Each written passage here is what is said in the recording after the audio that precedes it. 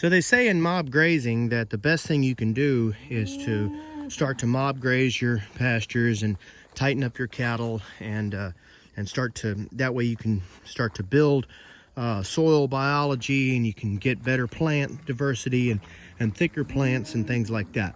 The problem is some places that you start with literally have very little biology, first off, but also very little plants for them to eat in the first place. Very little fertility, very little of any of those things. So what can you do? Well, one thing you can do is obviously you could fertilize your pastures first, and then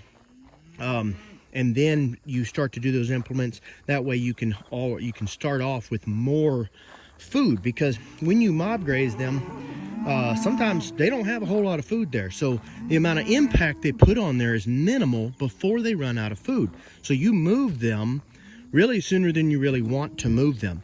But as we all know, adding nitrogen sometimes can be very costly, and sometimes not really the best possible option. So there's multiple different options that you can do.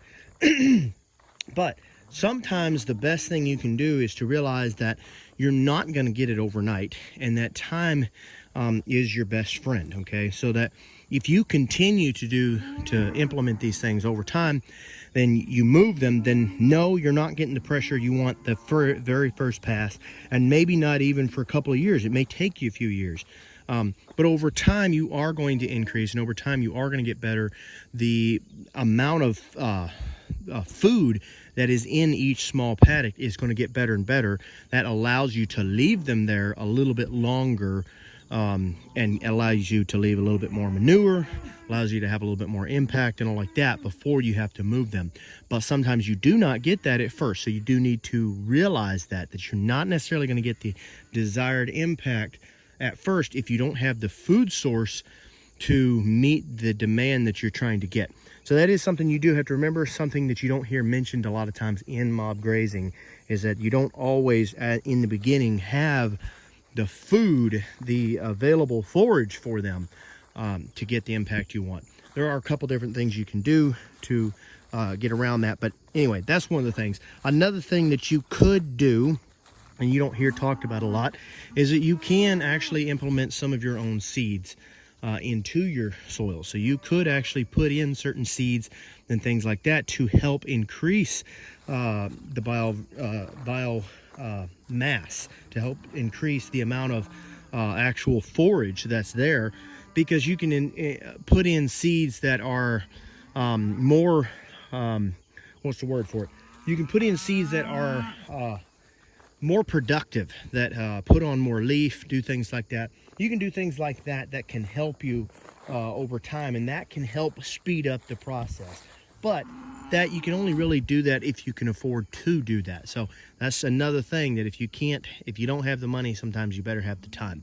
But anyway, just threw that out there. Hopefully that is somewhat helpful to some people. A lot of times the most important thing you can do is realize that it does start with the soil biology and the pH.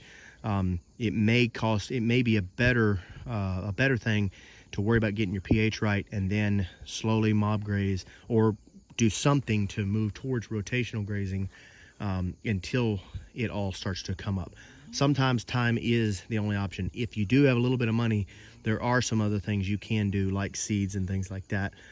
Putting in some clover seeds and things like that, that can help with that. Also, some of your brassicas and stuff will help with the roots, and then the breaking up the soil and things like that. So anyway, just wanted to throw that out there.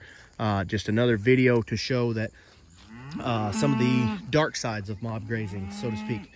Some of the things that are not necessarily mentioned in a lot of other mob grazing videos. There are, for me, I don't have, all of my pastures don't look like this, but I do have a few pastures that my cows pass through that they are not nearly as productive as I'd like to see them. And I do face a lot of those issues in those pastures. So anyway, don't forget to like and subscribe.